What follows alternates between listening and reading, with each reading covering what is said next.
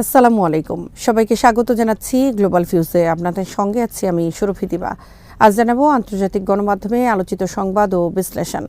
ইয়েমেনের Houthi Ansarullah আন্দোলনের নেতা আব্দুল মালিক আল হুথি বলেছেন, তার দেশের জলসীমায় দ্বিতীয় বিমানবাহী রণতরী মোতায়েনের মার্কিন সিদ্ধান্তের মাধ্যমে প্রকাশিত হয়েছে ফিলিস্তিনের পক্ষে তাদের অটুট পদক্ষেপের কাছে ওয়াশিংটন চরমভাবে ব্যর্থ। শনিবার তিনি বলেন, ইয়েমেনের বিরুদ্ধে অভিযানে যুক্তরাষ্ট্রের ধারাবাহিক পরাজয়ের প্রেক্ষাপটে দ্বিতীয় রণতরী মোতায়েনের সিদ্ধান্ত নিতে বাধ্য হয়েছে ওয়াশিংটন। লোহিত সাগরে রণতরী ইউএসএস হ্যারি এস ট্রুম্যানে সাম্প্রতিক টানা হামলার কথা উল্লেখ করে তিনি বলেন, যে রণতরীকে মার্কিন সামরিক শক্তির প্রতীক বলা হয়, আমাদের হামলার মুখে তা বোঝায় পরিণত হয়েছে।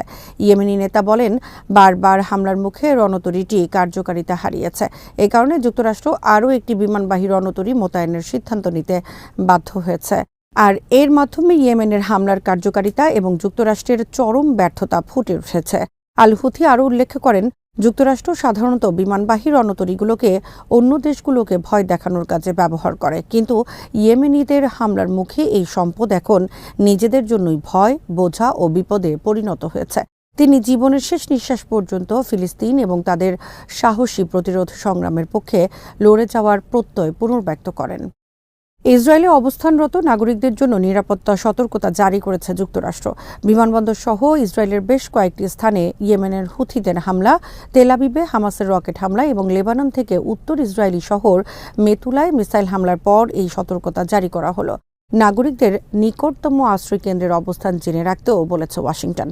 খবরে বলা হয়, ইসরায়েলে অবস্থিত মার্কিন দূতাবাস সেখানে বসবাসকারী মার্কিনীদের সতর্ক থাকার এবং বৃহৎ বিক্ষোভ ও রকেট হামলার সতর্কতা সহ বর্তমান উদ্ভূত নিরাপত্তা পরিস্থিতিতে চোখ কান খোলা রাখার পরামর্শ দেয়। দূতাবাস জানিয়েছে, মার্কিন নাগরিকদের বৃহৎ সমাবেশ এড়িয়ে চলা উচিত এবং নিকটতম আশ্রয় কেন্দ্রের অবস্থান জেনে রাখা উচিত।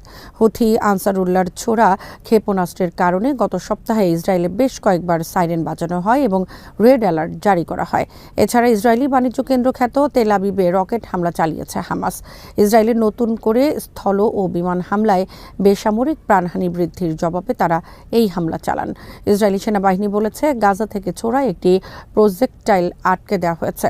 অন্য দুটি প্রজেক্টাইল উন্মুক্ত একটি এলাকায় আঘাত এনেছে। এদিকে ইসরায়েলে রকেট হামলা হয়েছে লেবানন থেকেও।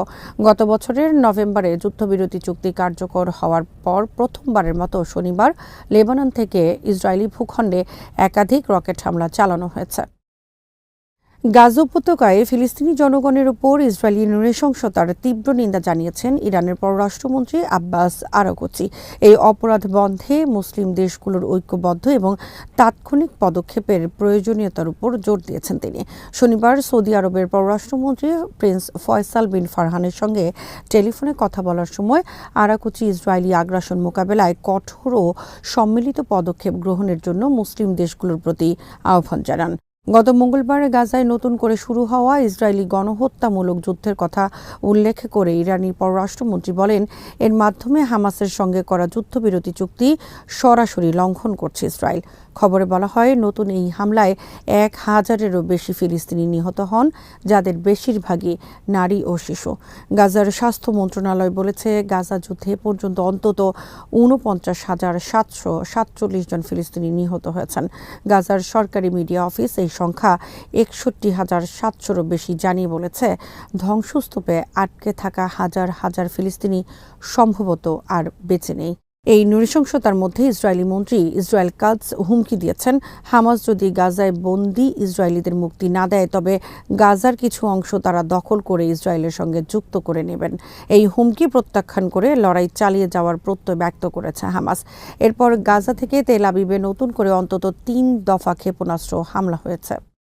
এদিকে গাজায় ইসরায়েলি বিমান হামলায় হামাসের শীর্ষ রাজনৈতিক নেতা সালাহ আল বারদাবিল নিহত হয়েছেন। রোববার সকালে এক হামাস কর্মকর্তা বিবিসিকে তার নিহতের বিষয়টি নিশ্চিত করেন। হামাসের মিডিয়া উপদেষ্টা তাহের আল নৌনু তার ফেসবুক পেজে আল বারদাবিলের মৃত্যুতে শোক প্রকাশ করে পোস্ট দিয়েছেন।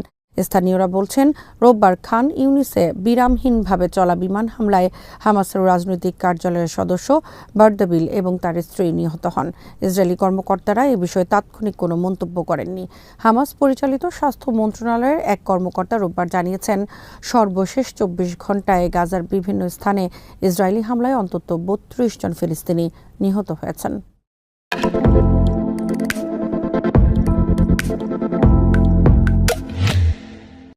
ইরানি সেনাবাহিনীর গ্রাউন্ড ফোর্সের commander brigadier general Kiumars Haidari বলেছেন, তার বাহিনী সর্বোচ্চ সতর্কাবস্থায় রয়েছে এবং শত্রুরা যদি কোনো দুঃসাহসিক কাজ করে তাদের ধ্বংস করে দেওয়ার জন্য ইরান সম্পূর্ণ প্রস্তুত।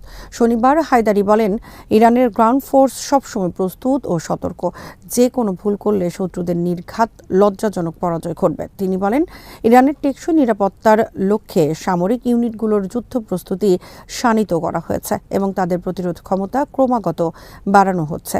হায়দারি এমন সময়ে প্রস্তুতির কথা জানালেন যখন মার্কিন প্রেসিডেন্ট ডোনাল্ড ট্রাম্প ইসরায়েলের বিরুদ্ধে ইয়েমেনের হুথিদের যে কোনো হামলার জন্য ইরানকে হুমকি দিয়ে রেখেছেন। তবে ইরানের সর্বোচ্চ নেতা সৈয়দ আলী খামেনি বলেছেন, মার্কিন হুমকি তাদের কিছুই করতে পারবে না। খামেনি আরও বলেন, যুক্তরাষ্ট্র এবং অন্য শত্রুদের জানা উচিত, তারা যদি ইরানের ক্ষতি করার জন্য এমন কিছু করে তবে তাদের গালে সজোরে থাপ্পড় দেওয়া হবে।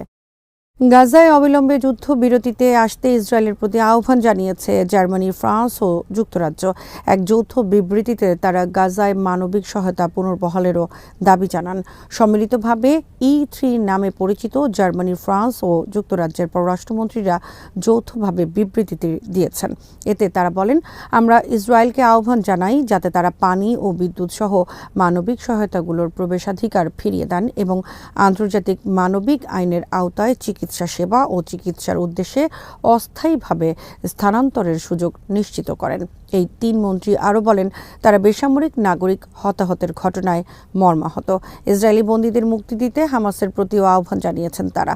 মন্ত্রীরা বলেন, ইসরায়েল ও ফিলিস্তিনিদের সংঘাত সামরিকভাবে সমাধান করা সম্ভব নয়, বরং দীর্ঘস্থায়ী যুদ্ধবিরতিই শান্তির একমাত্র গ্রহণযোগ্য পথ। তারা বলেন, গাজায় জাতিসংঘের প্রকল্প পরিষেবা কার্যালয় ভবনে হামলার ঘটনায় তারা গভীরভাবে মর্মাহত। দ্রুত ঘটনা তদন্তের আহ্বান জানিয়েছেন তারা। যুদ্ধবিরতি ভেঙে লেবাননে একাধিক বিমান হামলা চালিয়েছে ইসরায়েল। শনিবার দক্ষিণ লেবাননের বিভিন্ন এলাকায় ইসরায়েলি বিমান হামলায় এক শিশুসহ অন্তত 7 জন নিহত হন।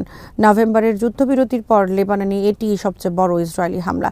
ইসরায়েলি সেনাবাহিনী জানিয়েছে, তারা দক্ষিণ লেবাননে ইরান সমর্থিত হিজবুল্লাহর রকেট লঞ্চার এবং একটি কমান্ড সেন্টার লক্ষ্য করে হামলা চালিয়েছে। লেবাননের স্বাস্থ্য মন্ত্রণালয় জানিয়েছে, ইসরায়েলি হামলায় 7 জন নিহত হয়েছেন, যার মধ্যে এক শিশুও রয়েছে। হামলায় 40 জন আহত হয়েছেন। ইসরায়েলের সামরিক বাহিনীর দাবি, শনিবার লেবানন থেকে ইসরায়েলকে লক্ষ্য করে রকেট হামলা চালানো হয়। এরপর তারা দেশটিতে হিজবুল্লাহর ঘাঁটি লক্ষ্য করে হামলা চালাতে শুরু করে। ইসরায়েলি সেনাবাহিনী জানিয়েছে, উত্তর ইসরায়েলের মেতুলা শহরের দিকে 3টি রকেট নিক্ষেপ করা হয়, তবে এগুলো আটকানো সম্ভব হয়েছে। হিজবুল্লাহ বলেছে, তারা এই হামলায় জড়িত নয় এবং তারা অস্ত্রবিরতি মেনে চলতে প্রতিশ্রুতিবদ্ধ। লেবাননের সামরিক বাহিনী জানিয়েছে, তারা দক্ষিণ লেবাননে 3টি রকেট লঞ্চার নিষ্ক্রিয় করেছে এবং হামলার তদন্ত শুরু হয়েছে। এই পরিস্থিতিতে লেবাননের প্রধানমন্ত্রী নওয়াফ সালাম বলেছেন, তার দেশ নতুন করে যুদ্ধে জড়িয়ে পড়ার ঝুঁকিতে রয়েছে। আফগান তালেবানের অন্যতম নেতা সিরাজউদ্দিন হাক্কানিকে ধরতে তথ্য দেওয়ার বিনিময়ে $1 কোটি যে পুরস্কার ঘোষণা করেছিল যুক্তরাষ্ট্র, তা প্রত্যাহার করা হয়েছে। আফগানিস্তানের স্বরাষ্ট্র মন্ত্রণালয়ের মুখপাত্র শনিবার এ তথ্য নিশ্চিত করেন। তবে যুক্তরাষ্ট্রের কেন্দ্রীয় তদন্তকারী সংস্থা FBI এর ওয়েবসাইটে এখনও হাক্কানির তথ্যের জন্য পুরস্কারের কথা মুছে ফেলা হয়নি। সিরাজউদ্দিন হাক্কানি বর্তমানে আফগানিস্তানের তালেবান সরকারের ভারপ্রাপ্ত স্বরাষ্ট্রমন্ত্রীর দায়িত্বে আছেন। বছর 2 বন্দী করে রাখার পর বৃহস্পতিবার এক মার্কিন নাগরিককে মুক্তি দিয়েছে তালেবান। এরপরই হাক্কানির ওপর থেকে পুরস্কারের অর্থমূল্য তুলে নেওয়ার খবর জানানো হয়। ওই জিম্মির নাম জর্জ গ্লেজম্যান। 2022 সালের ডিসেম্বরে পর্যটক হিসেবে আফগানিস্তান ভ্রমণের সময় তালেবানের হাতে আটক হয়েছিলেন তিনি। গত জানুয়ারির পর এই নিয়ে তৃতীয়বারের মতো মার্কিন বন্দী মুক্তি দিল তালেবান। এক বিবৃতিতে মার্কিন পররাষ্ট্রমন্ত্রী মার্কো রুবিও বলেন, জর্জ গ্লেজম্যানের মুক্তি একটি ইতিবাচক ও গঠনমূলক পদক্ষেপ। তার মুক্তি নিশ্চিতে সহায়ক ভূমিকা রাখায় কাতারকে ধন্যবাদ জানান তিনি। তালেবানের পক্ষ থেকে বলা হয়, মার্কিন বন্দীদের মুক্তির ঘটনা তাদের বিশ্বব্যাপী সম্পর্ক স্বাভাবিকীকরণ করার প্রচেষ্টার অংশ। আজ এখানেই শেষ করছি। সবাই ভালো থাকুন, সুস্থ থাকুন আর দেখতে থাকুন বিডি ফিউজ। চ্যানেলটি ভালো লাগলে সাবস্ক্রাইব করুন, সংযুক্ত থাকুন আমাদের ফেসবুক পেজে। আল্লাহ হাফেজ।